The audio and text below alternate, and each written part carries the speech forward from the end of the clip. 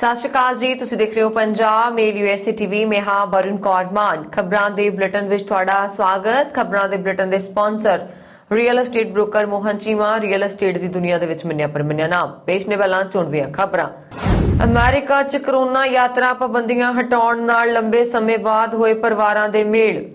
ਪਾਕਿਸਤਾਨ ਦੀ ਭਾਰਤ ਨੂੰ ਅਪੀਲ, ਗੁਰੂ ਨਾਨਕ ਦੇਵ ਜੀ ਦੇ ਪ੍ਰਕਾਸ਼ ਪੁਰਬ ਮੌਕੇ ਮੁੜ ਖੋਲਿਆ ਜਾਵੇ ਕਰਤਾਰਪੁਰ ਲਾਂਘਾ।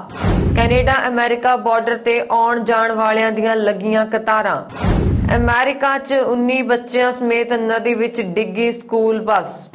ਨਾਈਜਰ ਦੇ ਸਕੂਲ ਵਿੱਚ ਅੱਗ ਲੱਗਣ ਕਾਰਨ 20 ਬੱਚਿਆਂ ਦੀ ਮੌਤ।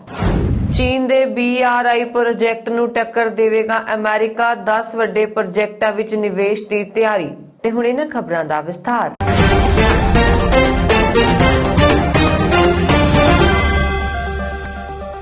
ਅਮਰੀਕਾ 'ਚ ਕਰੋਨਾ ਵਾਇਰਸ ਮਹਾਮਾਰੀ ਕਾਰਨ ਲਗਾਈਆਂ ਗਈਆਂ ਕਰੋਨਾ ਪਾਬੰਦੀਆਂ ਜੋ ਕਿ ਪ੍ਰਸ਼ਾਸਨ ਦੁਆਰਾ ਹਟਾਈਆਂ ਗਈਆਂ ਨੇ, ਤਕਰੀਬਨ 20 ਮਹੀਨਿਆਂ ਬਾਅਦ ਹਟੀਆਂ ਯਾਤਰਾ ਪਾਬੰਦੀਆਂ ਤੋਂ ਬਾਅਦ ਅਮਰੀਕਾ ਦੇ ਏਅਰਪੋਰਟਾਂ, ਜ਼ਮੀਨੀ ਸਰਹੱਦਾਂ ਆਦਿ ਤੋਂ ਲੰਬੇ ਸਮੇਂ ਤੋਂ ਬਾਅਦ ਪਰਿਵਾਰਾਂ ਦੇ ਮੇਲ ਹੋਏ ਨੇ। ਅਮਰੀਕਾ 'ਚ ਖਾਸ ਕਰ JFK ਹਵਾਈ ਅੱਡੇ ਤੇ ਲੋਕਾਂ ਨੇ ਆਪਣੇ ਅਜ਼ੀਜ਼ਾਂ ਨਾਲ ਮੁਲਾਕਾਤ ਕੀਤੀ। ਇਸ ਦੌਰਾਨ ਪੂਰੇ ਯੂਰਪ ਤੋਂ ਭੀੜ ਭਰੀਆਂ ਉਡਾਣਾਂ ਅਮਰੀਕੀ ਧਰਤੀ ਤੇ ਉਤਰੀਆਂ, ਜਦਕਿ ਦਿਨ ਭਰ ਕੈਨੇਡਾ ਅਤੇ ਮੈਕਸੀਕੋ ਦੇ ਜ਼ਮੀਨੀ ਬਾਰਡਰ ਰਾਹੀਂ ਵੀ ਕਾਰਾਂ ਦੀਆਂ ਮੀਲਾਂ ਲੰਬੀਆਂ ਲਾਈਨਾਂ ਲੱਗੀਆਂ ਰਹੀਆਂ। ਟਰੰਪ ਪ੍ਰਸ਼ਾਸਨ ਦੁਆਰਾ ਪਹਿਲੀ ਵਾਰ ਮਾਰਚ 2020 ਵਿੱਚ ਲਗਾਈਆਂ ਗਈਆਂ ਗੰਭੀਰ ਯਾਤਰਾ ਪਾਬੰਦੀਆਂ ਨੇ ਕਈ ਦੇਸ਼ਾਂ ਤੋਂ ਯਾਤਰਾ ਕਰਨ ਵਾਲੇ ਗੈਰ US ਨਾਗਰਿਕਾਂ ਤੱਕ ਪਹੁੰਚ ਤੇ ਪਾਬੰਦੀ ਲਗਾ ਦਿੱਤੀ ਸੀ, ਜਿਸ ਵਿੱਚ ਜ਼ਿਆਦਾਤਰ ਯੂਰਪ, ਮੈਕਸੀਕੋ, ਕੈਨੇਡਾ ਅਤੇ ਹੋਰ ਦੇਸ਼ਾਂ ਦੀ ਐਂਟਰੀ ਤੇ ਪਾਬੰਦੀ ਲਗਾ ਦਿੱਤੀ ਗਈ ਸੀ। ਨਵੇਂ ਨਿਯਮਾਂ ਤਹਿਤ ਸੋਮਵਾਰ ਨੂੰ ਪੂਰੀ ਤਰ੍ਹਾਂ ਟੀਕਾਕਰਨ ਕਰਨ ਵਾਲੇ ਯਾਤਰੀਆਂ ਨੂੰ ਦੁਬਾਰਾ ਅਮਰੀਕਾ 'ਚ ਦਾਖਲ ਹੋਣ ਦੀ ਆਗਿਆ ਦਿੱਤੀ ਗਈ, ਜਿਸ ਨਾਲ ਸੈਲਾਨੀ ਲੰਬੇ ਸਮੇਂ ਤੋਂ ਯਾਤਰਾ ਦਾ ਇੰਤਜ਼ਾਰ ਕਰ ਰਹੇ ਵਿਦੇਸ਼ੀ ਪਰਿਵਾਰਕ ਮੈਂਬਰਾਂ ਆਪਣੇ ਅਜ਼ੀਜ਼ਾਂ ਨਾਲ ਦੁਬਾਰਾ ਮਿਲਣ ਦੇ ਯੋਗ ਹੋਏ। ਪਾਕਿਸਤਾਨ ਨੇ ਭਾਰਤ ਨੂੰ ਆਪਣੇ ਪਾਸਿਓਂ ਕਰਤਾਰਪੁਰ ਲਾਂਘਾ ਮੁੜ ਖੋਲਣ ਅਤੇ ਗੁਰੂ ਨਾਨਕ ਦੇਵ ਜੀ ਦੇ ਪ੍ਰਕਾਸ਼ ਪੁਰਬ ਮੌਕੇ ਆਯੋਜਿਤ ਸਮਾਗਮਾਂ ਲਈ ਸਿੱਖ ਸ਼ਰਧਾਲੂਆਂ ਨੂੰ ਪਵਿੱਤਰ ਸਥਾਨ ਤੇ ਜਾਣ ਦੀ ਆਗਿਆ ਦੇਣ ਦੀ ਮੰਗਲਵਾਰ ਨੂੰ ਅਪੀਲ ਕੀਤੀ ਹੈ। ਪਾਕਿਸਤਾਨ ਦੇ ਵਿਦੇਸ਼ ਦਫ਼ਤਰ ਮੁਤਾਬਕ ਪ੍ਰਧਾਨ ਮੰਤਰੀ ਇਮਰਾਨ ਖਾਨ ਨੇ 9 ਨਵੰਬਰ 2019 ਨੂੰ ਗੁਰੂ ਨਾਨਕ ਦੇਵ ਜੀ ਦੇ 550ਵੀਂ ਜਯੰਤੀ ਦੀ ਪੂਰਬ ਸੰਧਿਆ ਤੇ ਕਰਤਾਰਪੁਰ ਲਾਂਘੇ ਦਾ ਉਦਘਾਟਨ ਕੀਤਾ ਸੀ, ਪਰ ਲਾਂਘਾ ਖੁੱਲਣ ਦੇ ਕੁਝ ਹੀ ਮਹੀਨਿਆਂ ਬਾਅਦ ਕਰੋਨਾ ਮਹਾਮਾਰੀ ਕਾਰਨ ਸ਼ਰਧਾਲੂਆਂ ਦੀ ਆਵਾਜਾਈ ਮਾਰਚ 2020 ਤੋਂ ਮੁਲਤਵੀ ਕਰ ਦਿੱਤੀ ਗਈ। ਵਿਸ਼ੇਸ਼ ਦਫ਼ਤਰ ਨੇ ਕਿਹਾ, ਭਾਰਤ ਨੇ ਅਜੇ ਤੱਕ ਆਪਣੇ ਪਾਸਿਓਂ ਲਾਂਘਾ ਨਹੀਂ ਖੋਲਿਆ ਹੈ ਅਤੇ ਸ਼ਰਧਾਲੂਆਂ ਨੂੰ ਕਰਤਾਰਪੁਰ ਸਾਹਿਬ ਦੀ ਯਾਤਰਾ ਦੀ ਆਗਿਆ ਨਹੀਂ ਦਿੱਤੀ ਹੈ।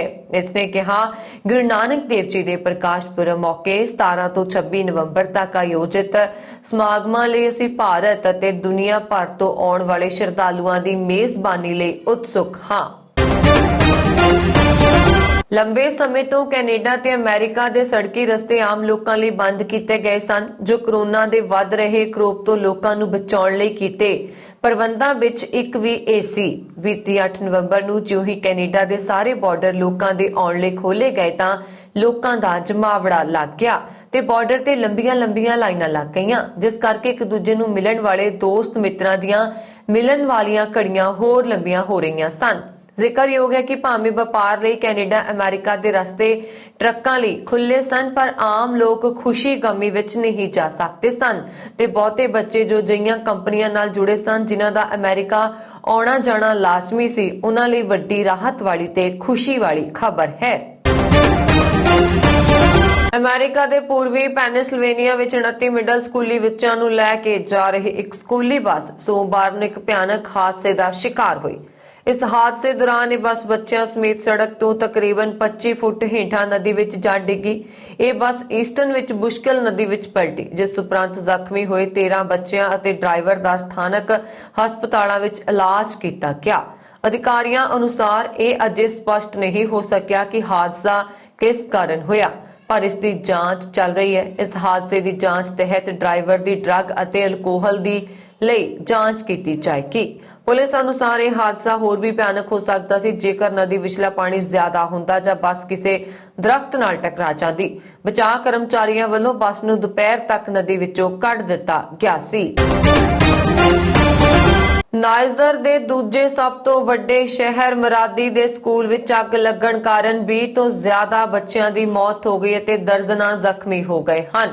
ਸਰਕਾਰ ਨੇ ਦੱਸਿਆ ਕਿ AFN ਨਾਂ ਦੇ ਪ੍ਰਾਇਮਰੀ ਸਕੂਲ ਵਿੱਚ ਫੂਸ ਦੀ ਬਣੀ 3 ਜਮਾਤਾਂ ਅੱਗ ਦੀ ਲਪੇਟ ਵਿੱਚ ਆ ਗਈਆਂ, ਜਿਸ 3 ਤੋਂ 8 ਸਾਲ ਦੇ ਬੱਚਿਆਂ ਦੀ ਜਾਨ ਚਲੀ ਗਈ। ਦੱਸ ਦਈਏ ਕਿ ਪੱਛਮੀ ਅਫਰੀਕਾ ਦੇ ਨਾਈਜਰ ਵਿੱਚ ਵਿਦਿਆਰਥੀਆਂ ਦੇ ਲਈ ਸਕੂਲਾਂ ਵਿੱਚ ਅਸਥਾਈ ਕਲਾਸਰੂਮ ਫੂਸ ਦੇ ਬਣਾਏ ਜਾਂਦੇ ਨੇ। ਟੀਚਰਾਂ ਤੇ ਮਾਪਿਆਂ ਨੇ ਕਿਹਾ ਕਿ ਅਜਿਹੀ ਘਟਨਾਵਾਂ ਦੱਸਦੀਆਂ ਨੇ ਕਿ ਅਸਥਾਈ ਕਲਾਸਰੂਮ ਕਿੰਨੇ ਖਤਰਨਾਕ ਨੇ। ਯੂਨੀਸੈਫ ਨੇ ਇਸ ਘਟਨਾ ਤੇ ਪੀੜਤ ਬੱਚਿਆਂ ਤੇ ਪਰਿਵਾਰਾਂ ਦੇ ਨਾਲ ਹਮਦਰਦੀ ਜਤਾਈ ਹੈ। ਅਮਰੀਕਾ ਅਤੇ ਚੀਨ ਦਰਮਿਆਨ ਤਣਾਅ ਵੱਧਦਾ ਜਾ ਰਿਹਾ। ਇਸ ਦਰਮਿਆਨ ਅਮਰੀਕਾ ਨੇ ਚੀਨ ਦੇ ਬੈਲਟ ਐਂਡ ਰੋਡ ਇਨੀਸ਼ੀਏਟਿਵ ਨੂੰ ਟੱਕਰ ਦੇਣ ਲਈ ਦੁਨੀਆ ਦੇ 10 ਵੱਡੇ ਇੰਫਰਾਸਟ੍ਰਕਚਰ ਪ੍ਰੋਜੈਕਟ ਵਿੱਚ ਨਿਵੇਸ਼ ਕਰਨ ਦੀ ਯੋਜਨਾ ਬਣਾਈ ਹੈ। ਇਸ ਨਿਵੇਸ਼ ਤਹਿਤ ਅਮਰੀਕਾ ਦੇ ਸੈਨੇਗਲ ਅਤੇ ਘਾਨਾ ਵਰਗੇ ਦੇਸ਼ਾਂ ਵਿੱਚ ਘੱਟੋ-ਘੱਟ 10 ਜ਼ਰੂਰੀ ਪ੍ਰੋਜੈਕਟਾਂ ਦੀ ਪਛਾਣ ਕੀਤੀ ਗਈ। ਮਾਮਲੇ ਨੂੰ ਲੈ ਕੇ ਅਮਰੀਕੀ ਅਧਿਕਾਰੀ ਨਿੱਜੀ ਖੇਤਰ ਦੇ ਮਾਲਕਾਂ ਨਾਲ ਲਗਾਤਾਰ ਬੈਠਕ ਕਰ ਰਹੇ ਨੇ। ਅਧਿਕਾਰੀ G7 ਗਰੁੱਪ ਵੱਲੋਂ build for better world initiative ਤਹਿਤ ਪ੍ਰੋਜੈਕਟ ਦੀ ਭਾਲ ਵਿੱਚ ਜੁਟੇ ਹੋਏ ਨੇ। ਇਨ੍ਹਾਂ ਪ੍ਰੋਜੈਕਟਾਂ ਨੂੰ ਦਸੰਬਰ ਵਿੱਚ ਹੋਣ ਵਾਲੇ G7 ਦੀ ਬੈਠਕ 'ਚ ਅੰਤਮ ਰੂਪ ਦਿੱਤਾ ਜਾ ਸਕਦਾ ਹੈ। ਰਿਪੋਰਟਸ ਮੁਤਾਬਕ ਅਮਰੀਕੀ ਪ੍ਰਤੀਨਿਧੀ ਮੰਡਲ ਨੇ ਅਕਤੂਬਰ ਮਹੀਨੇ ਦੀ ਸ਼ੁਰੂਆਤ ਵਿੱਚ ਇਸ ਮਸਲੇ ਨੂੰ ਲੈ ਕੇ ਇਕਵਾਡੋਰ, ਪਾਨਮਾ ਅਤੇ ਕੋਲੰਬੀਆ ਵਰਗੇ ਦੇਸ਼ਾਂ ਦਾ ਦੌਰਾ ਕੀਤਾ। ਅਧਿਕਾਰੀ ਇੱਕ ਵੀ ਏਸ਼ੀਆਈ ਦਾ ਨਾਂ ਲੈਣ ਤੋਂ ਬਚਦੇ ਦਿਖੇ। ਅਧਿਕਾਰੀਆਂ ਨੇ ਕਿਹਾ ਕਿ G7 ਦੇਸ਼ ਦੇ ਇਸ ਪਹਿਲੀ ਨਾਲ ਵਿਕਾਸਸ਼ੀਲ ਦੇਸ਼ਾਂ ਦੇ ਇੰਫਰਾਸਟ੍ਰਕਚਰ ਪ੍ਰੋਜੈਕਟਸ ਨੂੰ $40 ਟ੍ਰਿਲੀਅਨ ਤੱਕ ਘੱਟ ਕਰਨਾ ਹੈ ਅਤੇ ਚੀਨ ਵੱਲੋਂ ਸ਼ੁਰੂ ਕੀਤੇ ਗਏ ਕਰਜ਼ ਪ੍ਰਥਾ ਦਾ ਵਿਕਲਪ ਪ੍ਰਦਾਨ ਕਰਨਾ ਹੈ। ਅਧਿਕਾਰੀਆਂ ਨੇ ਅੱਗੇ ਦੱਸਿਆ ਕਿ ਅਮਰੀਕਾ ਵਿਕਾਸਸ਼ੀਲ ਦੇਸ਼ਾਂ ਨੂੰ ਜਲਵਾਯੂ, ਸਿਹਤ, ਡਿਜੀਟਲ ਟੈਕਨੋਲੋਜੀ ਆਦਿ ਤੇ ਕੰਮ ਕਰਨ ਲਈ ਇਕਵਿਟੀ ਸਟੇਕਸ, ਕਰਜ਼ ਗਰੰਟੀ, ਰਾਜਨੀਤਿਕ ਬੀਮਾ, ਗ੍ਰਾਂਟਸ ਆਦਿ ਸਮੇਤ ਅਧਿਕਾਰੀ ਫਾਈਨੈਂਸ਼ੀਅਲ ਦੀ ਪੂਰੀ ਸੀਰੀਜ਼ ਪੇਸ਼ ਕਰੇਗਾ। ਉਹਨਾਂ ਟੌਪ ਪ੍ਰੋਜੈਕਟ ਦੀ ਪਛਾਣ ਕਰਨ ਦੀ ਕੋਸ਼ਿਸ਼ ਕੀਤੀ ਜਾ ਰਹੀ ਹੈ, ਜਿਸ ਨੂੰ 2021 ਦੇ ਸ਼ੁਰੂ ਵਿੱਚ ਸ਼ੁਰੂ ਕੀਤਾ ਜਾ ਸਕਦਾ ਹੈ। ਅਮਰੀਕੀ ਅਧਿਕਾਰੀਆਂ ਨੇ ਸੈਨੇਗਲ ਅਤੇ ਘਾਨਾ ਦੇ ਅਧਿਕਾਰੀਆਂ ਨੂੰ ਕਿਹਾ ਕਿ ਚੀਨ ਦੇ ਉਲਟ ਅਮਰੀਕੀ ਪ੍ਰੋਜੈਕਟਸ ਤਹਿਤ ਕਿਸੇ ਵੀ ਹਾਲਤ ਵਿੱਚ ਪੋਰਟਸ ਜਾਂ 에ਅਰਪੋਰਟਸ ਤੇ ਅਮਰੀਕਾ ਦਾ ਕੰਟਰੋਲ ਹੋ ਸਕੇਗਾ। ਅਮਰੀਕਾ 'ਚ ਹੱਤਿਆਵਾਂ ਦਾ ਸਿਲਸਿਲਾ ਨਹੀਂ ਰੁਕ ਰਿਹਾ। ਹਰ ਸਾਲ ਪਿਛਲੇ ਸਾਲ ਦੀ ਤੁਲਨਾ ਵਿੱਚ ਹੱਤਿਆਵਾਂ ਦੇ ਮਾਮਲੇ ਵੱਧ ਰਹੇ ਨੇ। 2021 ਦੇ ਪਹਿਲੇ 9 ਮਹੀਨਿਆਂ ਦੌਰਾਨ ਅਮਰੀਕਾ ਵਿੱਚ ਹੱਤਿਆਵਾਂ 'ਚ ਵਾਧਾ ਹੋਇਆ। ਹਾਲਾਂਕਿ ਇਹ ਵਾਧਾ ਜਾਰਜ ਫਲਾਇਡ ਦੀ ਹੱਤਿਆ ਤੋਂ ਬਾਅਦ 2019 ਵਿੱਚ ਹੱਤਿਆਵਾਂ ਵਿੱਚ ਹੋਏ ਰਿਕਾਰਡ ਵਾਧੇ ਦੀ ਤੁਲਨਾ ਵਿੱਚ ਘੱਟ ਹੈ। ਕ੍ਰਿਮੀਨਲ ਜਸਟਿਸ ਵਿੱਚ ਛਪੀ ਇੱਕ ਰਿਪੋਰਟ ਅਨੁਸਾਰ 2021 ਦੇ ਪਹਿਲੇ 9 ਮਹੀਨਿਆਂ ਦੌਰਾਨ 2020 ਦੇ ਇਸ ਸਮੇਂ ਦੀ ਤੁਲਨਾ ਵਿੱਚ ਅਮਰੀਕਾ ਦੇ 22 ਸ਼ਹਿਰਾਂ ਵਿੱਚ ਹੱਤਿਆਵਾਂ ਵਿੱਚ 4% ਦਾ ਵਾਧਾ ਦਰਜ ਹੋਇਆ। ਰਿਪੋਰਟ ਅਨੁਸਾਰ ਜਨਵਰੀ ਤੋਂ ਸਤੰਬਰ ਤੱਕ 126 ਹੋਰ ਹੱਤਿਆਵਾਂ ਦੇ ਮਾਮਲੇ ਦਰਜ ਹੋਏ। ਰਿਪੋਰਟ ਅਨੁਸਾਰ 2019 ਦੇ ਇਸ ਸਮੇਂ ਦੌਰਾਨ ਇਨ੍ਹਾਂ ਹੀ 22 ਸ਼ਹਿਰਾਂ ਵਿੱਚ 36% ਵੱਧ ਹੱਤਿਆਵਾਂ ਦੇ ਮਾਮਲੇ ਦਰਜ ਹੋਏ ਸਨ। ਰਿਪੋਰਟ ਅਨੁਸਾਰ 2021 ਦੀ ਪਹਿਲੀ ਛਿਮਾਹੀ ਦੌਰਾਨ ਇਸ ਤੋਂ ਪਿਛਲੇ ਸਾਲ ਦੀ ਛਿਮਾਹੀ ਦੀ ਤੁਲਨਾ ਵਿੱਚ 16% ਹੱਤਿਆਵਾਂ ਵੱਧ ਹੋਈਆਂ, ਜਦਕਿ 2019 ਦੀ ਤੁਲਨਾ ਵਿੱਚ 2020 ਦੌਰਾਨ 25% ਹੱਤਿਆਵਾਂ ਵੱਧ ਹੋਈਆਂ ਹਨ। ਅਮਰੀਕੀ ਸੰਸਦ ਭਵਨ ਵਿੱਚ 6 ਜਨਵਰੀ ਨੂੰ ਹੋਈ ਹਿੰਸਾ ਦੀ ਜਾਂਚ ਕਰ ਰਹੀ ਹਾਊਸ ਕਮੇਟੀ ਨੇ ਆਪਣੀ ਜਾਂਚ ਦਾ ਘੇਰਾ ਵਧਾਉਂਦੇ ਹੋਏ ਸਾਬਕਾ ਰਾਸ਼ਟਰਪਤੀ ਡੋਨਾਲਡ ਟਰੰਪ ਦੇ 6 ਹੋਰ ਸਹਿਯੋਗੀਆਂ ਨੂੰ ਸਮਨ ਜਾਰੀ ਕੀਤੇ ਹਨ। ਇਹ ਟਰੰਪ ਦੇ ਸਹਿਯੋਗੀ 2020 ਦੀਆਂ ਰਾਸ਼ਟਰਪਤੀ ਚੋਣਾਂ ਵਿੱਚ ਉਹਨਾਂ ਦੀ ਹਾਰ ਨੂੰ ਉਲਟਾਉਣ ਦੀ ਕੋਸ਼ਿਸ਼ ਵਿੱਚ ਸ਼ਾਮਲ ਸਨ। ਕਮੇਟੀ ਦੇ ਚੇਅਰਮੈਨ ਅਤੇ ਮਿਸੀਸਿਪੀ ਦੇ ਪ੍ਰਤੀਨਿਧੀ ਬੈਨੀ ਥਾਮਸ ਨੇ ਸੋਮਵਾਰ ਨੂੰ ਬਿਆਨ ਵਿੱਚ ਕਿਹਾ ਕਿ ਕਮੇਟੀ ਟਰੰਪ ਦੀ ਮੁਹਿੰਮ ਕਮੇਟੀ ਦੇ ਸਾਬਕਾ ਅਧਿਕਾਰੀਆਂ ਅਤੇ ਹੋਰਾਂ ਤੋਂ ਗਵਾਹੀ ਅਤੇ ਦਸਤਾਵੇਜ਼ਾਂ ਦੀ ਮੰਗ ਕਰ ਰਹੀ ਹੈ, ਜਿਨ੍ਹਾਂ ਨੇ ਜੋ ਬਾਈਡਨ ਦੀ ਜਿੱਤ ਦੇ ਸਬੂਤ ਨੂੰ ਰੋਕਣ ਲਈ ਬਾਹਰ ਰੂਮ ਵਿੱਚ ਹਿੱਸਾ ਲਿਆ। ਥਾਮਸਨ ਨੇ ਕਿਹਾ ਕਿ ਕਮੇਟੀ ਨੇ ਟਰੰਪ ਦੀ 2020 ਦੀ ਮੁੜ ਚੋਣ ਮੁਹਿੰਮ ਦੇ ਮੈਨੇਜਰ ਬਿਲ ਸਟੈਪੀਅਨ, ਮੁਹਿੰਮ ਦੇ ਸੀਨੀਅਰ ਸਲਾਹਕਾਰ ਜੇਸਨ ਮਿਲਰ, ਮੁਹਿੰਮ ਦੀ ਰਾਸ਼ਟਰੀ ਕਾਰਜਕਾਰੀ ਸਹਾਇਕ ਐਂਜਲਾ ਮੈਕਕਲਮ, ਟਰੰਪ ਦੇ ਸਲਾਹਕਾਰ ਵਕੀਲ ਜੋਹਨ ਈਸਟਮੈਨ, ਸਾਬਕਾ ਕੌਮੀ ਸੁਰੱਖਿਆ ਸਲਾਹਕਾਰ ਮਾਈਕਲ ਫਿਲਨ ਤੇ ਬਰਨਾਰਡ ਕੇਰੇਕੀ ਨੂੰ ਸਮਨ ਭੇਜੇ ਗਏ ਹਨ। ਚੀਨ ਦੇ ਬੈਲਟ ਐਂਡ ਰੋਡ ਪ੍ਰੋਜੈਕਟ ਨੂੰ ਮਾਤ ਦੇਣ ਲਈ ਅਮਰੀਕਾ ਜਨਵਰੀ ਵਿੱਚ ਪੂਰੀ ਦੁਨੀਆ 'ਚ ਬੁਨਿਆਦੀ ਢਾਂਚੇ ਦੇ 5 ਤੋਂ 10 ਪ੍ਰੋਜੈਕਟਾਂ ਵਿੱਚ ਨਿਵੇਸ਼ ਕਰਨ ਦੀ ਤਿਆਰੀ ਕਰ ਰਿਹਾ। ਅਮਰੀਕਾ ਦੇ ਇੱਕ ਸੀਨੀਅਰ ਅਧਿਕਾਰੀ ਨੇ ਇਹ ਜਾਣਕਾਰੀ ਦਿੰਦੇ ਹੋਏ ਦੱਸਿਆ ਕਿ ਇਸ ਦੀ ਸ਼ੁਰੂਆਤ ਸਨੀਗਲ ਤੇ ਘਾਨਾ ਤੇ ਲੜੀਵਾਰ ਪ੍ਰੋਗਰਾਮ 'ਚ ਪਿਛਲੇ ਹਫ਼ਤੇ ਹੋ ਚੁੱਕੀ ਹੈ। ਅਮਰੀਕੀ ਰਾਸ਼ਟਰਪਤੀ ਜੋ ਬਾਈਡਨ, ਉਪ ਰਾਸ਼ਟਰਪਤੀ ਸੁਰੱਖਿਆ ਸਲਾਹਕਾਰ ਦਲੀਪ ਸਿੰਘ ਨੇ ਸਨੀਗਲ ਤੇ ਕਾਨਾ 'ਚ 10 ਪ੍ਰੋਜੈਕਟਾਂ ਦੀ ਪਛਾਣ ਕੀਤੀ ਹੈ। ਅਧਿਕਾਰੀਆਂ ਨੇ ਇਸ ਸੰਬੰਧ ਵਿੱਚ ਸਰਕਾਰ ਤੇ ਨਿੱਜੀ ਖੇਤਰ ਦੇ ਕਾਰੋਬਾਰੀਆਂ ਵਿਚਾਲੇ ਬੈਠਕਾਂ ਸ਼ੁਰੂ ਕਰ ਦਿੱਤੀਆਂ ਹਨ। ਇਨ੍ਹਾਂ ਪ੍ਰੋਜੈਕਟਾਂ ਦੀ funding build bank build better world ਤਹਿਤ ਜੂਨ G7 ਦੇ ਲੋਕਤੰਤਰੀ ਦੇਸ਼ ਕਰਨਗੇ। ਇਸ ਯੋਜਨਾ ਨੂੰ ਆਖਰੀ ਰੂਪ ਦਸੰਬਰ 'ਚ ਹੋਣ ਵਾਲੀ G7 ਦੀ ਅਗਲੀ ਬੈਠਕ 'ਚ ਦਿੱਤਾ ਜਾਏਗਾ। ਇਸੇ ਕੜੀ ਵਿੱਚ ਅਮਰੀਕੀ ਨੁਮਾਇੰਦਗੀ ਵਫਦ ਅਕਤੂਬਰ 'ਚ ਇਕਵਾਡੋਰ, ਪਨਾਮਾ ਤੇ ਕੋਲੰਬੀਆ ਵੀ ਜਾ ਚੁੱਕਾ ਹੈ, ਪਰ ਫਿਲਹਾਲ ਇਹ ਸਪਸ਼ਟ ਨਹੀਂ ਹੈ ਕਿ ਉਹ ਦੇਸ਼ ਕਿਹੜੇ ਨੇ। ਅਧਿਕਾਰੀਆਂ ਦਾ ਕਹਿਣਾ ਹੈ ਕਿ ਇਹ ਕਵਾਇਦ ਚੀਨ ਦੀ ਕਰਜ਼ ਦੇਣ ਦੀ ਸਮੱਸਿਆਵਾਂ ਖੜੀਆਂ ਕਰਨ ਵਾਲੀਆਂ ਨੀਤੀਆਂ ਖਿਲਾਫ ਕੀਤੀ ਜਾ ਰਹੀ ਹੈ ਤਾਂ ਕਿ G7 ਦੇਸ਼ B3W ਤਹਿਤ 2035 ਤੱਕ ਵਿਕਾਸਸ਼ੀਲ ਦੇਸ਼ਾਂ ਦੇ ਬੁਨਿਆਦੀ ਢਾਂਚੇ 'ਚ 40 ਲੱਖ ਕਰੋੜ ਡਾਲਰ ਦਾ ਨਿਵੇਸ਼ ਕਰ ਸਕਣ। ਅਮਰੀਕਾ ਵਿਕਾਸਸ਼ੀਲ ਦੇਸ਼ਾਂ ਨੂੰ ਵਿੱਤੀ ਟੂਲ, ਕਰਜ਼ ਦੀ ਗਾਰੰਟੀ, ਸ਼ੇਅਰਾਂ ਦੀ ਸਾਂਝੇਦਾਰੀ, ਤਕਨੀਕੀ ਮੁਹਾਰਤ ਆਦਿ ਦਿੰਦਾ ਹੈ। ਚੀਨ ਦੀ ਸਰਕਾਰੀ ਨਿਊਜ਼ ਵੈਬਸਾਈਟ ਗਲੋਬਲ ਟਾਈਮਜ਼ ਨੇ ਦਾਅਵਾ ਕੀਤਾ ਹੈ ਕਿ ਦੇਸ਼ ਨੇ ਅਸਲ ਲੜਾਈ ਦੀਆਂ ਸਥਿਤੀਆਂ ਦਾ ਸਾਹਮਣਾ ਕਰਨ ਲਈ ਅਸਲ ਲੜਾਕੂ ਸਿਖਲਾਈ ਤੇ ਲੜਾਕੂ ਜਹਾਜ਼ J-160 ਭੇਜਿਆ ਹੈ। ਅਮਰੀਕਾ ਤੇ ਭਾਰਤ ਇਸ ਜਹਾਜ਼ ਤੇ ਤਿੱਖੀ ਨਜ਼ਰ ਰੱਖੇ ਨੇ। ਇਹ ਜਹਾਜ਼ ਚੀਨ ਦੇ J-20 ਸਟੀਲਥ ਲੜਾਕੂ ਜਹਾਜ਼ ਨਾਲ ਉਤਰੇਗਾ। ਗਲੋਬਲ ਟਾਈਮਜ਼ ਮੁਤਾਬਕ ਇਹ ਜਹਾਜ਼ ਜੰਗ ਵਰਗੀਆਂ ਸਥਿਤੀਆਂ ਲਈ ਪੂਰੀ ਤਰ੍ਹਾਂ ਤਿਆਰ ਹੈ।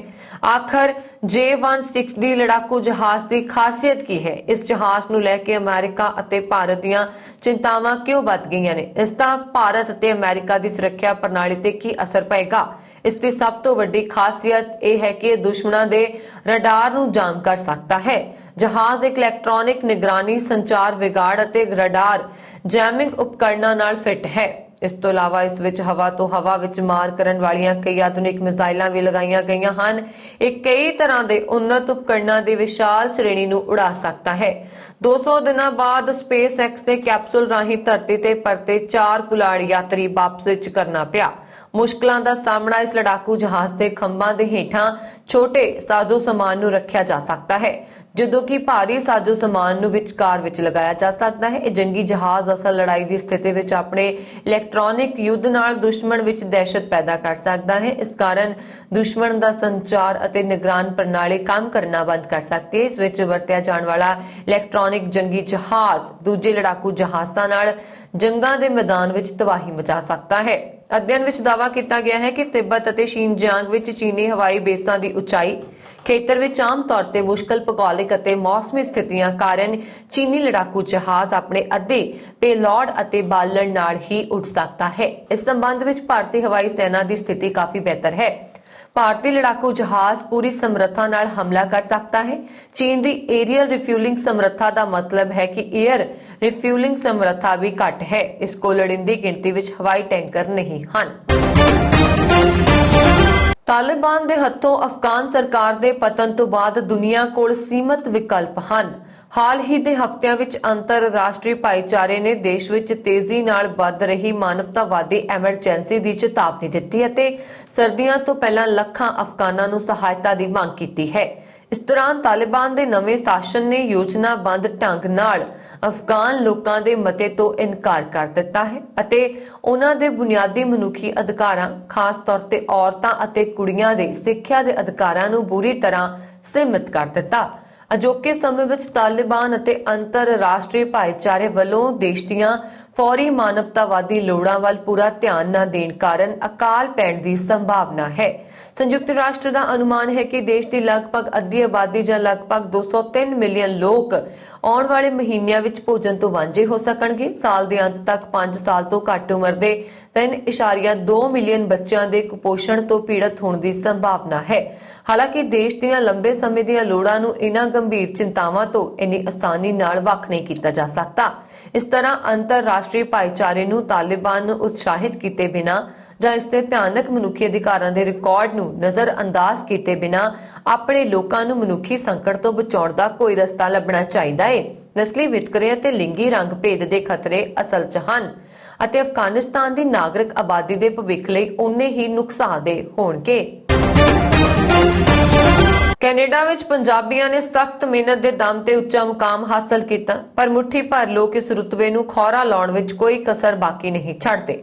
ਤਾਜ਼ਾ ਮਾਮਲਾ ਸਾਹਮਣੇ ਆਇਆ ਹੈ ਪੀਲ ਰੀਜਨ ਤੋਂ, ਜਿੱਥੇ ਬਰੈਂਪਟਨ ਸ਼ਹਿਰ ਦੇ ਵਸਨੀਕ ਜਸਪ੍ਰੀਤ ਸਿੰਘ ਨੂੰ ਕ੍ਰੈਡਿਟ ਕਾਰਡ ਚੋਰੀ ਮਾਮਲੇ ਦੇ ਵਿੱਚ ਗ੍ਰਿਫਤਾਰ ਕਰ ਲਿਆ ਗਿਆ, ਜਦਕਿ ਉਸ ਦਾ ਸਾਥੀ ਹਾਲੇ ਤੱਕ ਫਰਾਰ ਹੈ। ਅਮਰੀਕੀ ਕਲਾਕਾਰ ਟ੍ਰੈਵਿਸ ਸਕਾਟ ਪਿਛਲੇ ਦਿਨੀ ਹਿਊਸਟਨ ਵਿੱਚ ਐਸਟਰੋ ਵਰਲਡ ਫੈਸਟੀਵਲ ਵਿੱਚ ਮਰਨ ਵਾਲੇ 8 ਲੋਕਾਂ ਦੀ ਫਿਊਨਰਲ ਲਈ ਭੁਗਤਾਨ ਕਰਨਗੇ ਅਤੇ ਇਸ ਦੁਖਾਂਤ ਦੁਆਰਾ ਪ੍ਰਭਾਵਿਤ ਲੋਕਾਂ ਨੂੰ ਮੁਫਤ ਮਾਨਸਿਕ ਸਿਹਤ ਦੇਖਭਾਲ ਅਤੇ ਵਾਧੂ ਸਹਾਇਤਾ ਦੀ ਵੀ ਪੇਸ਼ਕਸ਼ ਕੀਤੀ ਜਾਏਗੀ। ਇਸ ਗੱਲ ਦੀ ਪੁਸ਼ਟੀ ਸਕਾਟ ਦੀ ਪ੍ਰਬੰਧਨ ਟੀਮ ਦੁਆਰਾ ਸੋਮਵਾਰ ਨੂੰ ਕੀਤੀ ਗਈ। ਟ੍ਰੈਵਿਸ ਸਕਾਟ, ਜੋ ਕਿ ਇੱਕ ਰੈਪਰ ਹੈ, ਇਨ੍ਹਾਂ ਸੇਵਾਵਾਂ ਲਈ ਆਪਣੀ ਜੇਬ ਵਿੱਚੋਂ ਭੁਗਤਾਨ ਕਰੇਗਾ। ਸਕਾਟ ਨੂੰ ਉਸ ਦਿਨ ਮਿਊਜ਼ਿਕ ਫੈਸਟੀਵਲ ਦੌਰਾਨ ਵਾਪਰੇ ਇਸ ਦੁਖਾਂਤ ਲਈ ਵਿਆਪਕ ਨਿੰਦਾ ਦਾ ਸਾਹਮਣਾ ਕਰਨਾ ਪੈ ਰਿਹਾ ਹੈ, ਜਿਸ ਵਿੱਚ 8 ਲੋਕਾਂ ਦੀ ਮੌਤ ਹੋ ਗਈ ਅਤੇ ਕਈ ਜ਼ਖਮੀ ਹੋ ਗਏ। ਇਸ ਮਾਮਲੇ ਸੰਬੰਧੀ ਸਕਾਟ ਨੇ ਕਿਹਾ ਕਿ ਉਹ ਜੋ ਵਾਪਰਿਆ ਉਸ ਤੋਂ ਬਹੁਤ ਦੁਖੀ ਹੈ ਤੇ ਇਸ ਦੁਖਾਂਤ ਤੋਂ ਪ੍ਰਭਾਵਿਤ ਲੋਕਾਂ ਨੂੰ ਲਾਇਸੈਂਸਸ਼ੁਦਾ ਥੈਰੇਪਿਸਟ ਦੇ ਨਾਲ ਮੁਫਤ ਸੈਸ਼ਨ ਦੀ ਪੇਸ਼ਕਸ਼ ਕਰਨ ਅਤੇ ਹੋਰ ਸਹਾਇਤਾ ਲਈ ਆਪਣੀ ਵਚਨਬੱਧਤਾ ਲੈ ਰਿਹਾ ਹੈ। ਸਿੰਗਾਪੁਰ ਦੇ ਚਿੜੀਆ ਘਰ ਵਿੱਚ 4 ਏਸ਼ੀਆਈ ਸ਼ੇਰ ਕੋਰੋਨਾ ਵਾਇਰਸ ਨਾਲ ਸੰਕਰਮਿਤ ਪਾਏ ਗਏ ਨੇ। ਇਹ ਸ਼ੇਰ ਸੰਕਰਮਿਤ ਕਰਮਚਾਰੀਆਂ ਦੇ ਸੰਪਰਕ ਵਿੱਚ ਆਏ। ਚੈਨਲ ਨਿਊਜ਼ ਏਸ਼ੀਆ ਦੀ ਰਿਪੋਰਟ ਵਿੱਚ ਮੰਡਈ ਵਾਈਲਡ ਲਾਈਫ ਗਰੁੱਪ ਦੇ conservation and research and veterinary medicine ਦੇ ਉਪ ਪ੍ਰਧਾਨ ਡਾਕਟਰ ਸੋਨਾਚਾ ਲੂਜ਼ ਦੇ ਹਵਾਲੇ ਨਾਲ ਕਿਹਾ ਗਿਆ, ਸਾਰੇ ਸ਼ੇਰ ਸਿਹਤਮੰਦ ਹਨ ਅਤੇ ਚੰਗੀ ਤਰ੍ਹਾਂ ਖਾ ਪੀ ਰਹੇ ਨੇ। CNN ਦੀ ਖਬਰ ਮੁਤਾਬਕ ਇਹ ਸ਼ੇਰ ਨਾਈਟ ਸਫਾਰੀ ਵਿੱਚ ਸੰਕਰਮਿਤ ਪਾਏ ਗਏ। ਸ਼ੇਰਾਂ ਵਿੱਚ ਸ਼ਨੀਵਾਰ ਤੋਂ ਖੰਘ, ਛਿੱਕਾਂ ਵਰਗੇ ਹਲਕੇ ਲੱਛਣ ਸਨ। ਖਬਰ 'ਚ ਐਨੀਮਲ ਐਂਡ ਵੈਟਰਨਰੀ ਸਰਵਿਸਿਜ਼ ਦੇ ਹਵਾਲੇ ਨਾਲ ਕਿਹਾ ਗਿਆ ਹੈ, ਉਹ ਮੰਡਈ ਵਾਈਲਡ ਲਾਈਫ ਗਰੁੱਪ ਦੇ ਉਹਨਾਂ ਕਰਮਚਾਰੀਆਂ ਦੇ ਸੰਪਰਕ ਵਿੱਚ ਆਏ ਜੋ ਕੋਰੋਨਾ ਵਾਇਰਸ ਨਾਲ ਸੰਕਰਮਿਤ ਸਨ। EVM ਨੇ ਮੰਡਈ ਵਾਈਲਡ ਲਾਈਫ ਗਰੁੱਪ ਨੂੰ ਸਾਰੇ 9 ਏਸ਼ੀਆਈ ਅਤੇ 5 ਅਫਰੀਕੀ ਸ਼ੇਰਾਂ ਨੂੰ ਅਲੱਗ-ਥਲੱਗ ਕਰਨ ਲਈ ਕਿਹਾ। AVS ਦੁਆਰਾ ਇੱਕ PCR ਟੈਸਟ ਕੀਤਾ ਗਿਆ, ਜਿਸ ਵਿੱਚ ਇਹ 4 ਏਸ਼ੀਆਈ ਸ਼ੇਰ ਸੰਕਰਮਿਤ ਪਾਏ ਗਏ ਸਨ। ਮੰਡਈ ਵਾਈਲਡ ਲਾਈਫ ਗਰੁੱਪ ਨੇ ਦੱਸਿਆ ਕਿ ਨਾਈਟ ਸਫਾਰੀ ਕਾਰਨੀਵੋਰ ਸੈਕਸ਼ਨ ਦੇ 3 ਲੋਕ ਕੋਰੋਨਾ ਵਾਇਰਸ ਨਾਲ ਸੰਕਰਮਿਤ ਪਾਏ ਗਏ ਹਨ। ਇਸ ਦੌਰਾਨ ਸਿਹਤ ਮੰਤਰਾਲੇ ਦੀ ਇੱਕ ਰਿਪੋਰਟ ਮੁਤਾਬਕ ਕੋਵਿਡ-19 ਦੇ 3,397 ਨਵੇਂ ਕੇਸ ਸਾਹਮਣੇ ਆਉਣ ਤੋਂ ਬਾਅਦ ਦੇਸ਼ ਵਿੱਚ ਸੰਕਰਮਿਤਾਂ ਦੀ ਗਿਣਤੀ ਵੱਧ ਕੇ 2,24,200 ਹੋ ਗਈ ਹੈ। ਇਸ ਦੇ ਨਾਲ ਇਨਫੈਕਸ਼ਨ ਕਾਰਨ 12 ਹੋਰ ਲੋਕਾਂ ਦੀ ਮੌਤ ਬਾਅਦ ਮਰਨ ਵਾਲਿਆਂ ਦੀ ਗਿਣਤੀ ਵੱਧ ਕੇ 523 ਹੋ ਗਈ ਹੈ। ਖੇਤੀ ਕਾਨੂੰਨਾਂ ਦਾ ਵਿਰੋਧ ਕਰ ਰਹੀ ਸੰਯੁਕਤ ਕਿਸਾਨ ਮੋਰਚਾ ਨੇ ਮੰਗਲਵਾਰ ਨੂੰ ਇੱਕ ਮਹੱਤਵਪੂਰਨ ਬੈਠਕ ਕੀਤੀ। ਮੀਟਿੰਗ ਵਿੱਚ ਕਈ ਫੈਸਲੇ ਲਏ ਗਏ। ਕਿਸਾਨ ਮੋਰਚਾ ਨੇ ਫੈਸਲਾ ਕੀਤਾ ਕਿ 26 ਨਵੰਬਰ ਨੂੰ ਪੰਜਾਬ, ਹਰਿਆਣਾ, ਉੱਤਰ ਪ੍ਰਦੇਸ਼, ਉੱਤਰਾਖੰਡ ਤੇ ਰਾਜਸਥਾਨ ਤੋਂ ਦਿੱਲੀ ਦੇ ਸਾਰੇ ਮੋਰਚਿਆਂ ਤੇ ਭਾਰੀ ਭੀੜ ਜੁਟਾਈ ਜਾਵੇਗੀ। ਉੱਥੇ ਵੱਡੀਆਂ ਸਭਾਵਾਂ ਵੀ ਹੋਣਗੀਆਂ। ਮੀਟਿੰਗ ਵਿੱਚ ਲਏ ਗਏ ਫੈਸਲਿਆਂ ਦੀ ਜਾਣਕਾਰੀ ਦਿੰਦੇ ਹੋਏ ਮੋਰਚੇ ਦੇ ਨੇਤਾਵਾਂ ਨੇ ਕਿਹਾ ਕਿ 29 ਨਵੰਬਰ ਤੋਂ ਦਿੱਲੀ ਵਿੱਚ ਸੰਸਦ ਦਾ ਸ਼ਕਤੀਸ਼ਾਲੀ ਸੈਸ਼ਨ ਸ਼ੁਰੂ ਹੋ ਰਿਹਾ। ਅਜਿਹੇ ਵਿੱਚ ਮੋਰਚੇ ਨੇ ਫੈਸਲਾ ਲਿਆ ਕਿ 29 ਨਵੰਬਰ ਨੂੰ ਸੰਸਦ ਸੈਸ਼ਨ ਦੇ ਅੰਤ ਤੱਕ 500 ਚੁਣੇ ਗਏ ਕਿਸਾਨ ਟਰੈਕਟਰ ਟਰਾਲੀਆਂ ਵਿੱਚ ਹਰ ਦਿਨ ਸੰਸਦ ਭਵਨ ਜਾਣਗੇ। ਸੰਯੁਕਤ ਕਿਸਾਨ ਮੋਰਚਾ ਨੇ ਫੈਸਲਾ ਕੀਤਾ ਹੈ ਕਿ 28 ਨਵੰਬਰ ਨੂੰ ਬੰਬਈ ਦੇ ਆਜ਼ਾਦ ਮੈਦਾਨ ਵਿੱਚ ਇੱਕ ਵਿਸ਼ਾਲ ਕਿਸਾਨ ਮਜ਼ਦੂਰ ਮਹਾ ਪੰਚਾਇਤ ਦਾ ਆਯੋਜਨ ਕੀਤਾ ਜਾਏਗਾ। ਇਹ ਆਯੋਜਨ ਸੰਯੁਕਤ ਸ਼ੇਤਾਕਾਰੀ ਕਮਾਗਾਰ ਮੋਰਚੇ ਦੇ ਬੈਨਰ ਹੇਠ ਮਹਾਰਾਸ਼ਟਰ ਦੇ 100 ਤੋਂ ਜ਼ਿਆਦਾ ਸੰਗਠਨਾਂ ਵੱਲੋਂ ਸੰਯੁਕਤ ਰੂਪ ਨਾਲ ਆਯੋਜਿਤ ਕੀਤਾ ਜਾਏਗਾ। ਦੱਸਦੇ ਹੈ ਕਿ 26 ਨਵੰਬਰ ਨੂੰ ਖੇਤੀ ਕਾਨੂੰਨ ਵਿਰੋਧੀ ਪ੍ਰਦਰਸ਼ਨ ਦਾ 1 ਸਾਲ ਪੂਰਾ ਹੋਣ ਜਾ ਰਿਹਾ। ਪਿਛਲੇ ਸਾਲ 26 ਨਵੰਬਰ ਨੂੰ ਪ੍ਰਦਰਸ਼ਨਕਾਰੀਆਂ ਨੇ ਹਰਿਆਣਾ ਵਿੱਚ ਪ੍ਰਵੇਸ਼ ਕੀਤਾ ਸੀ ਤੇ ਅਗਲੇ ਦਿਨ ਕੁੰਡਲੀ ਬਾਰਡਰ ਤੇ GT ਰੋਡ ਜਾਮ ਕਰਕੇ ਧਰਨੇ ਤੇ ਬੈਠ ਗਏ ਸਨ। ਉੱਥੇ ਗਾਜ਼ੀਪੁਰ ਬਾਰਡਰ ਤੇ ਵੀ ਰਾਕੇਸ਼ ਟਿਕੈਟ ਦੀ ਅਗਵਾਈ ਵਿੱਚ ਅੰਦੋਲਨਕਾਰੀ ਧਰਨੇ ਤੇ ਬੈਠੇ ਹਨ। ਪੰਜਾਬ ਕਾਂਗਰਸ ਦੇ ਪ੍ਰਧਾਨ ਨਵਜੋਤ ਸਿੰਘ ਸਿੱਧੂ ਦੀ ਪਤਨੀ ਡਾਕਟਰ ਨਵਜੋਤ ਕੌਰ ਸਿੱਧੂ ਨੇ ਕਿਹਾ ਹੈ ਕਿ ਉਹਨਾਂ ਦੇ ਪਤੀ ਦੀ ਕਿਸੇ ਨਾਲ ਕੋਈ ਨਿੱਜੀ ਲੜਾਈ ਨਹੀਂ। ਜਿਨ੍ਹਾਂ ਮੁੱਦਿਆਂ ਤੇ ਕਾਂਗਰਸ ਨੇ ਚੋਣ ਲੜੀ ਸੀ, ਉਹਨਾਂ ਮੁੱਦਿਆਂ ਤੇ ਕਾਂਗਰਸ ਵੱਲੋਂ ਕੋਈ ਧਿਆਨ ਨਹੀਂ ਦਿੱਤਾ ਜਾ ਰਿਹਾ ਸੀ। ਇਹੀ ਕਾਰਨ ਕਿ ਸਿੱਧੂ ਨੇ ਉਹਨਾਂ ਖਿਲਾਫ ਵਿਰੋਧ ਕੀਤਾ ਤੇ ਹਾਈ ਕਮਾਨ ਨੇ ਉਹਨਾਂ ਨੂੰ ਪੰਜਾਬ ਪ੍ਰਧਾਨ ਬਣਾਇਆ। ਉਹ ਹੁਣ ਵੀ ਮੁੱਦਿਆਂ ਦੀ ਗੱਲ ਕਰ ਰਹੇ ਨੇ। ਬਰਗਾੜੀ ਕਾਂਡ ਅਤੇ ਨਸ਼ੇ ਦਾ ਮੁੱਦਾ ਅਹਿਮ ਹੈ। ਨਸ਼ੇ ਦੇ ਕਾਰਨ ਪੂਰਾ ਪੰਜਾਬ ਦੁਨੀਆ ਵਿੱਚ ਬਦਨਾਮ ਹੈ। ਡਰੱਗਸ ਦੀ ਰਿਪੋਰਟ ਆ ਚੁੱਕੀ ਹੈ ਅਤੇ ਅਦਾਲਤ ਸਰਕਾਰ ਨੂੰ ਕਹਿੰਦੀ ਹੈ ਕਿ ਰਿਪੋਰਟ ਖੋਲੇ ਅਤੇ ਜਿਨ੍ਹਾਂ ਦਾ ਨਾਂ ਆ ਰਿਹਾ ਉਸ ਨੂੰ ਸਜ਼ਾ ਦੇਣਾ, ਲੇਕਿਨ ਸਰਕਾਰ ਕਹਿੰਦੀ ਹੈ ਕਿ ਉਹਨਾਂ ਨੂੰ ਮਨਜ਼ੂਰੀ ਦੇਣ। ਹੁਣ ਸਿੱਧੂ ਇਹ ਕਹਿ ਰਹੇ ਨੇ ਕਿ ਉਹ ਉਹਨਾਂ ਨੂੰ ਕਿਸ ਗੱਲ ਦਾ ਡਰ ਹੈ ਜੋ ਰਿਪੋਰਟ ਨਹੀਂ ਖੋਲ ਰਹੇ। ਉਸ ਸਮੇਂ ਵਿੱਚ ਪੰਜਾਬ ਸਰਕਾਰ ਦੇ 40 ਵਿਧਾਇਕਾਂ ਨੇ ਕਿਹਾ ਸੀ ਕਿ ਕੈਪਟਨ ਅਮਰਿੰਦਰ ਸਿੰਘ ਕੋਈ ਐਕਸ਼ਨ ਨਹੀਂ ਲੈ ਰਹੇ। ਉਹ ਚੁੱਪ ਇਸ ਲਈ ਹਨ ਕਿ ਸਿੱਧੂ ਬਿਲਕੁਲ ਠੀਕ ਗੱਲ ਕਰ ਰਹੇ ਨੇ। ਉੱਥੇ ਹੀ SPM ਦਿਓਲ ਨੂੰ ਐਡਵੋਕੇਟ ਜਨਰਲ ਬਣਾਏ ਜਾਣ ਤੇ ਕਿਹਾ ਕਿ ਸਰਕਾਰ ਨੂੰ ਉਹੀ AG ਕਿਉਂ ਮਿਲਿਆ ਜਿਸਨੇ ਸਾਬਕਾ DGP ਸੁਮੇਧ ਸਿੰਘ ਸੈਣੀ ਦੀ ਜ਼ਮਾਨਤ ਕਰਵਾਈ, ਤਾਂ ਉਹ ਬਰਗਾੜੀ ਕਾਂਡ ਵਿੱਚ ਸਜ਼ਾ ਕਿਵੇਂ ਦੇ ਸਕੇਗਾ। ਨਿਯਮਾਂ ਦੇ ਮੁਤਾਬਕ ਉਹ ਸੈਣੀ ਦੇ ਖਿਲਾਫ ਕੋਰਟ ਵਿੱਚ ਪੇਸ਼ ਵੀ ਨਹੀਂ ਹੋ ਸਕਦਾ ਹੈ। ਉਹਨਾਂ ਨੇ ਕਿਹਾ ਕਿ ਇਹਨਾਂ ਮੁੱਦਿਆਂ ਉੱਤੇ ਹੀ ਸਿੱਧੂ ਦੀ ਲੜਾਈ ਚੱਲ ਰਹੀ ਹੈ, ਜੋ ਕਿ ਉਹਨਾਂ ਦੀ ਨਿੱਜੀ ਨਹੀਂ ਹੈ। ਉਹਨਾਂ ਨੇ ਕਿਹਾ ਕਿ ਮਜੀਠੀਆ ਨੂੰ ਸਿੱਧੂ ਤੋਂ ਡਰ ਲੱਗਦਾ ਹੈ ਕਿਉਂਕਿ ਉਹਨਾਂ ਦੀ ਡਰੱਗ ਰਿਪੋਰਟ ਖਲਵਾਉਣ ਵਿੱਚ ਲੱਗੇ ਹੋਏ ਨੇ। ਡਰੱਗ ਰਿਪੋਰਟ ਵਿੱਚ ਤਸਕਰ ਭੋਲਾ ਨੇ ਉਹਨਾਂ ਦਾ ਨਾਂ ਲਿਆ ਹੈ ਅਤੇ ਰਿਪੋਰਟ ਦੇ ਪਹਿਲੇ ਪੇਜ ਉੱਤੇ ਉਹਨਾਂ ਦਾ ਹੀ ਨਾਮ ਹੈ। ਇਸ ਤੋਂ ਇਲਾਵਾ ਬਿੱਟੂ ਔਲਖ ਨੇ ਤਾਂ ਇਹ ਕਹਿ ਦਿੱਤਾ ਕਿ ਉਹ ਤਾਂ ਛੋਟੀਆਂ ਮੱਛੀਆਂ ਹਨ ਅਤੇ ਉਹਨਾਂ ਨੂੰ ਗ੍ਰਿਫਤਾਰ ਕਰਨ ਦੀ ਬਜਾਏ ਬਿਕਰਮਜੀਤ ਸਿੰਘ ਮਜੀਠੀਆ ਨੂੰ ਗ੍ਰਿਫਤਾਰ ਕੀਤਾ ਜਾਣਾ ਚਾਹੀਦਾ ਹੈ ਕਿਉਂਕਿ ਉਹਨਾਂ ਦੀ ਪਤਨੀ ਦੇ ਨਾਂ ਉੱਤੇ ਕਈ ਪ੍ਰਾਪਰਟੀਆਂ ਹਨ ਜੋ ਬਿੱਟੂ ਔਲਖ ਨੇ ਦਿੱਤੀਆਂ ਹਨ। ਨੋਬਲ ਸ਼ਾਂਤੀ ਪੁਰਸਕਾਰ ਜੇਤੂ ਮਲਾਲਾ ਯੂਸਫਜ਼ਈ ਨੇ ਮੰਗਲਵਾਰ ਨੂੰ ਆਪਣੇ ਵਿਆਹ ਦਾ ਐਲਾਨ ਕੀਤਾ। ਉਹਨਾਂ ਨੇ ਟਵੀਟ ਰਾਹੀਂ ਆਪਣੇ ਵਿਆਹ ਦੀਆਂ ਤਸਵੀਰਾਂ ਵੀ ਸ਼ੇਅਰ ਕੀਤੀਆਂ। ਤਸਵੀਰ ਦੇ ਨਾਲ ਉਹਨਾਂ ਨੇ ਕੈਪਸ਼ਨ 'ਚ ਲਿਖਿਆ, ਅੱਜ ਦਾ ਦਿਨ ਮੇਰੀ ਜ਼ਿੰਦਗੀ ਦਾ ਅਨਮੋਲ ਦਿਨ ਹੈ। ਅਸਰ ਤੇ ਮੈਂ ਜ਼ਿੰਦਗੀ ਭਰ ਲਈ ਵਿਆਹ ਦੇ ਬੰਧਨ ਵਿੱਚ ਬਚ ਗਏ ਹਾਂ। ਅਸੀਂ ਬਰਮਿੰਗਮ ਵਿੱਚ ਆਪਣੇ ਪਰਿਵਾਰ ਦੇ ਨਾਲ ਘਰ ਵਿੱਚ ਇੱਕ ਛੋਟਾ ਨਿਕਾਹ ਸਮਾਰੋਹ ਆਯੋਜਿਤ ਕੀਤਾ। ਕਿਰਪਾ ਕਰਕੇ ਸਾਨੂੰ ਆਪਣੀਆਂ ਸ਼ੁਭਨਾਵਾਂ ਦਿਓ। ਅਸੀਂ ਆਪਣੀ ਜ਼ਿੰਦਗੀ ਇਕੱਠੇ ਬਿਤਾਉਣ ਲਈ ਉਤਸ਼ਾਹਿਤ ਹਾਂ। 24 ਸਾਲਾ ਮਲਾਲਾ ਯੂਸਫਜ਼ਈ ਪਾਕਿਸਤਾਨੀ ਕੁੜੀਆਂ ਦੀ ਸਿੱਖਿਆ ਲਈ ਕਾਫੀ ਕੰਮ ਕਰ ਚੁੱਕੀ ਹੈ। ਪਾਕਿਸਤਾਨੀ ਵਰਕਰ ਹੈ। ਉਹ ਇਤਿਹਾਸ ਵਿੱਚ ਸਭ ਤੋਂ ਘੱਟ ਉਮਰ ਦੀ ਨੋਬਲ ਸ਼ਾਂਤੀ ਪੁਰਸਕਾਰ ਜੇਤੂ ਹੈ। 2012 ਵਿੱਚ ਉਸਨੇ ਵਿਸ਼ਵ ਵਿਆਪੀ ਪਛਾਣ ਹਾਸਲ ਕੀਤੀ ਜਦੋਂ ਕੁੜੀਆਂ ਲਈ ਸਿੱਖਿਆ ਦੇ ਮੂਲ ਅਧਿਕਾਰ ਦੀ ਵਕਾਲਤ ਕਰਨ ਤੇ ਉੱਤਰ ਪੱਛਮ ਪਾਕਿਸਤਾਨ ਵਿੱਚ ਤਾਲਿਬਾਨ ਵੱਲੋਂ ਉਹਨਾਂ ਨੂੰ ਸਿਰ ਵਿੱਚ ਗੋਲੀਆਂ ਮਾਰ ਦਿੱਤੀਆਂ ਸੀ। ਉਹ ਸਿਰਫ 16 ਸਾਲ ਦੀ ਸੀ ਜਦੋਂ ਉਸਨੇ ਸੰਯੁਕਤ ਰਾਸ਼ਟਰ ਮੁੱਖ ਦਫ਼ਤਰ ਵਿੱਚ ਸਿੱਖਿਆ ਵਿੱਚ ਲੈਂਗਿਕ ਸਮਾਨਤਾ ਦੀ ਲੋੜ ਤੇ ਭਾਸ਼ਣ ਦਿੱਤਾ। ਮਲਾਲਾ ਯੂਸਫਜ਼ਈ ਨੂੰ ਇਸ ਸਾਲ ਦੇ ਸ਼ੁਰੂ ਵਿੱਚ ਤਾਲਿਬਾਨ ਵੱਲੋਂ ਇੱਕ ਵਾਰ ਫਿਰ ਜਾਨੋਂ ਮਾਰਨ ਦੀ ਧਮਕੀ ਦਿੱਤੀ ਗਈ ਸੀ। ਖਾਸ ਗੱਲ ਇਹ ਹੈ ਕਿ ਇਹ ਧਮਕੀ ਉਸੇ ਅੱਤਵਾਦੀ ਨੇ ਦਿੱਤੀ ਸੀ ਜਿਸਨੇ 9 ਸਾਲ ਪਹਿਲਾਂ ਮਲਾਲਾ ਨੂੰ ਗੋਲੀ ਮਾਰੀ ਸੀ। ਤਾਲਿਬਾਨ ਅੱਤਵਾਦੀ ਨੇ ਟਵਿੱਟਰ ਤੇ ਲਿਖਿਆ, ਇਸ ਵਾਰ ਕੋਈ ਗਲਤ ਨਹੀਂ ਹੋਵੇਗੀ। ਹਾਲਾਂਕਿ ਇਸ ਤੋਂ ਬਾਅਦ ਟਵਿੱਟਰ ਨੇ ਅੱਤਵਾਦੀ ਦਾ ਅਕਾਊਂਟ ਬਲੌਕ ਕਰ ਦਿੱਤਾ। ਪੰਜਾਬ ਦੇ ਸਾਬਕਾ ਮੁੱਖ ਮੰਤਰੀ ਕੈਪਟਨ ਅਮਰਿੰਦਰ ਸਿੰਘ ਵੱਲੋਂ ਆਪਣੀ ਰਾਜਸੀ ਪਾਰਟੀ ਦਾ ਐਲਾਨ ਕਰਨ ਤੋਂ ਬਾਅਦ ਕਾਂਗਰਸ ਹਾਈ ਕਮਾਨ ਨੇ ਉਹਨਾਂ ਦੇ ਪਟਿਆਲਾ ਸ਼ਹਿਰੀ ਵਿਧਾਨ ਸਭਾ ਹਲਕੇ ਤੋਂ ਉਮੀਦਵਾਰ ਦੀ ਭਾਲ ਸ਼ੁਰੂ ਕਰ ਦਿੱਤੀ ਹੈ। ਪਾਰਟੀ ਨੇ 2022 ਚੋਣਾਂ ਵਿੱਚ ਮਜ਼ਬੂਤ ਉਮੀਦਵਾਰ ਦੇਣ ਲਈ ਮੰਥਨ ਸ਼ੁਰੂ ਕਰ ਦਿੱਤਾ। ਪਟਿਆਲਾ ਸ਼ਹਿਰ ਹਿੰਦੂ ਬਹੁ ਗਿਣਤੀ ਵਾਲਾ ਇਲਾਕਾ ਹੈ। ਇਸ ਤੇ ਵੀ ਵਿਚਾਰ ਕੀਤਾ ਜਾ ਰਿਹਾ ਹੈ ਕਿ ਕਾਂਗਰਸ ਦੇ ਕਿਸੇ ਮਜ਼ਬੂਤ ਹਿੰਦੂ ਚਿਹਰੇ ਨੂੰ 2022 ਵਿੱਚ ਕੈਪਟਨ ਅਮਰਿੰਦਰ ਸਿੰਘ ਖਿਲਾਫ ਉਤਾਰਿਆ ਜਾਵੇ ਕਿਉਂਕਿ ਅਕਾਲੀ ਦਲ ਨੇ ਵੀ ਹਰਪਾਲ ਜਨੇਜਾ ਦੇ ਰੂਪ ਵਿੱਚ ਇੱਕ ਮਜ਼ਬੂਤ ਉਮੀਦਵਾਰ ਮੈਦਾਨ ਵਿੱਚ ਉਤਾਰਨ ਦਾ ਐਲਾਨ ਪਹਿਲਾਂ ਹੀ ਕਰ ਦਿੱਤਾ ਹੈ। ਸੂਤਰਾਂ ਤੋਂ ਮਿਲੀ ਜਾਣਕਾਰੀ ਅਨੁਸਾਰ ਕਾਂਗਰਸੀ ਲੀਡਰਸ਼ਿਪ ਚਾਹੁੰਦੀ ਹੈ ਕਿ ਪੰਜਾਬ ਦੇ PWD ਮੰਤਰੀ ਵਿਜੇਂਦਰ ਸਿੰਗਲਾ ਨੂੰ ਸੰਗਰੂਰ ਤੋਂ ਪਟਿਆਲਾ ਸ਼ਿਫਟ ਕੀਤਾ ਜਾਵੇ। ਇਸ ਸੰਬੰਧੀ ਇੰਟੈਲੀਜੈਂਸ ਅਤੇ ਕਾਂਗਰਸੀ ਲੀਡਰਸ਼ਿਪ ਅਤੇ ਕਾਂਗਰਸ ਰਾਜਨੀਤੀ ਦੇ ਮਾਹਿਰ ਪੱਤਰਕਾਰਾਂ ਤੋਂ ਵੀ ਫੀਡਬੈਕ ਲਈ ਗਈ ਹੈ ਕਿ 2022 ਵਿੱਚ ਪਟਿਆਲਾ ਤੋਂ ਕੈਪਟਨ ਅਮਰਿੰਦਰ ਸਿੰਘ ਨੂੰ ਕੌਣ ਟੱਕਰ ਦੇ ਸਕਦਾ ਹੈ। ਵਿਜੇਂਦਰ ਸਿੰਗਲਾ ਪਟਿਆਲਾ ਨਾਲ ਸੰਬੰਧਤ ਉਹਨਾਂ ਦੇ ਪਿਤਾ ਸਵਰਗੀ ਸੰਤਰਾਮ ਸਿੰਗਲਾ ਪਟਿਆਲਾ ਤੋਂ MP ਰਹਿ ਚੁੱਕੇ ਨੇ। ਪਟਿਆਲਾ ਸ਼ਹਿਰ ਵਿੱਚ ਅਗਰਵਾਲ ਸਮਾਜ ਦੀ ਬਹੁ ਗਿਣਤੀ ਹੈ। ਅਜਿਹੇ 'ਚ ਜੇਕਰ ਵਿਜੇਂਦਰ ਸਿੰਗਲਾ ਨੂੰ ਪਟਿਆਲਾ ਸ਼ਹਿਰੀ ਹਲਕੇ ਤੋਂ ਉਮੀਦਵਾਰ ਬਣਾਇਆ ਜਾਂਦਾ ਹੈ ਤਾਂ ਉਹ ਇਹ ਸੀਟ ਜਿੱਤ ਸਕਦੇ ਨੇ। ਬਤੌਰ ਪੰਜਾਬ ਯੂਥ ਕਾਂਗਰਸ ਦੇ ਪ੍ਰਧਾਨ ਅਤੇ ਪੇਡਾ ਦੇ ਚੇਅਰਮੈਨ ਦੇ ਤੌਰ ਤੇ ਵੀ ਉਹਨਾਂ ਪਟਿਆਲਾ 'ਚ ਕਾਫੀ ਕੰਮ ਕੀਤਾ ਹੈ। ਜਿਹੜੇ ਕਾਂਗਰਸੀ ਵਰਕਰ ਕੈਪਟਨ ਅਮਰਿੰਦਰ ਸਿੰਘ ਦੀ ਪਾਰਟੀ ਵਿੱਚ ਸ਼ਾਮਲ ਹੋਣਗੇ, ਵਿਜੇਇੰਦਰ ਸਿੰਗਲਾ ਉਹਨਾਂ ਵਰਕਰਾਂ ਦੀ ਘਰ ਵਾਪਸੀ ਵੀ ਕਰਵਾ ਸਕਦੇ ਹਨ ਜਿਸ ਦਾ ਪਾਰਟੀ ਨੂੰ ਲਾਭ ਮਿਲ ਸਕਦਾ ਹੈ। ਕਾਂਗਰਸ ਦਾ ਇੱਕ ਵਰਗ ਇਹ ਵੀ ਚਾਹੁੰਦਾ ਹੈ ਕਿ ਪਟਿਆਲਾ ਤੋਂ ਕੈਪਟਨ ਨੂੰ ਸਖਤ ਟੱਕਰ ਦੇਣ ਲਈ ਪੰਜਾਬ ਕਾਂਗਰਸ ਦੇ ਪ੍ਰਧਾਨ ਨਵਜੋਤ ਸਿੰਘ ਸਿੱਧੂ ਦੀ ਧਰਮ ਪਤਨੀ ਡਾਕਟਰ ਨਵਜੋਤ ਕੌਰ ਸਿੱਧੂ ਨੂੰ ਕੈਪਟਨ ਅਮਰਿੰਦਰ ਸਿੰਘ ਖਿਲਾਫ ਉਤਾਰਨ ਦਾ ਪਾਰਟੀ ਨੂੰ ਵੱਡਾ ਲਾਭ ਮਿਲ ਸਕਦਾ ਹੈ। ਡਾਕਟਰ ਸਿੱਧੂ ਪਾਰਟੀ ਦੇ ਫਾਇਰ ਬ੍ਰਾਂਡ ਆਗੂ ਹਨ। ਉਹਨਾਂ ਦੇ ਵਿਵਾਦ ਭਾਸ਼ਣ ਤੋਂ ਨੌਜਵਾਨ ਵਰਗ ਬੇहद ਪ੍ਰਭਾਵਿਤ ਹੈ। ਪਟਿਆਲਵੀਆਂ ਲਈ ਉਹ ਨਵਜੋਤ ਸਿੰਘ ਸਿੱਧੂ ਵਾਂਗ ਹੀ ਇੱਕ ਸੈਲੀਬ੍ਰਿਟੀ ਨੇ। ਡਾਕਟਰ ਸਿੱਧੂ ਨੇ ਬਤੌਰ ਡਾਕਟਰ ਲੰਬਾ ਸਮਾਂ ਪਟਿਆਲਾ ਸ਼ਹਿਰ ਵਿੱਚ ਆਪਣੀਆਂ ਸੇਵਾਵਾਂ ਨਿਭਾਈਆਂ ਤੇ ਉਹ ਪਟਿਆਲਾ ਦੀ ਹੀ ਜੰਪਲ ਨੇ। ਪਟਿਆਲਾ 'ਚ ਉਹਨਾਂ ਦਾ ਕਾਫੀ ਆਧਾਰ ਹੈ। ਪਿਛਲੇ 1.5 ਸਾਲ ਤੋਂ ਆਪਣੇ ਪਟਿਆਲਾ ਨਿਵਾਸ ਵਿੱਚ ਬੈਠ ਕੇ ਕਾਂਗਰਸੀ ਵਰਕਰਾਂ ਨਾਲ ਸੰਪਰਕ ਬਣਾ ਰਹੇ ਹਨ। ਪਟਿਆਲਾ ਦੀ ਸਿਆਸਤ ਅਤੇ ਪੰਜਾਬ ਦੀ ਰਾਜਨੀਤੀ ਦੇ ਵੱਡੇ ਕਾਂਗਰਸੀ ਆਗੂਆਂ ਨੂੰ ਕਾਂਗਰਸ ਹਾਈ ਕਮਾਨ ਕੋਲ ਇਹ ਗੱਲ ਪਹੁੰਚਾਈ ਹੈ ਕਿ ਜੇਕਰ ਡਾਕਟਰ ਨਵਜੋਤ ਕੌਰ ਸਿੱਧੂ ਨੂੰ ਕੈਪਟਨ ਅਮਰਿੰਦਰ ਸਿੰਘ ਖਿਲਾਫ ਉਮੀਦਵਾਰ ਉਤਾਰਿਆ ਜਾਂਦਾ ਹੈ ਤਾਂ ਕੈਪਟਨ ਪਟਿਆਲਾ 'ਚ ਘਿਰ ਜਾਣਗੇ ਜਿਸ ਦਾ ਕਾਂਗਰਸ ਪਾਰਟੀ ਨੂੰ ਲਾਭ ਮਿਲੇਗਾ। ਇਹ ਸਨ ਹੁਣ ਤੱਕ ਦੀਆਂ ਖਬਰਾਂ। ਮੈਨੂੰ ਬਰਨ ਕੌਰ ਮਾਨ ਨੂੰ ਦਿਓ ਆਗਿਆ। ਹੋਰ ਖਬਰਾਂ ਦੇ ਲਈ ਸਾਡਾ YouTube ਚੈਨਲ ਪੰਜਾਬ ਮਿਲ USA TV ਜ਼ਰੂਰ ਸਬਸਕ੍ਰਾਈਬ ਕਰੋ। ਸਤਿ ਸ਼੍ਰੀ ਅਕਾਲ।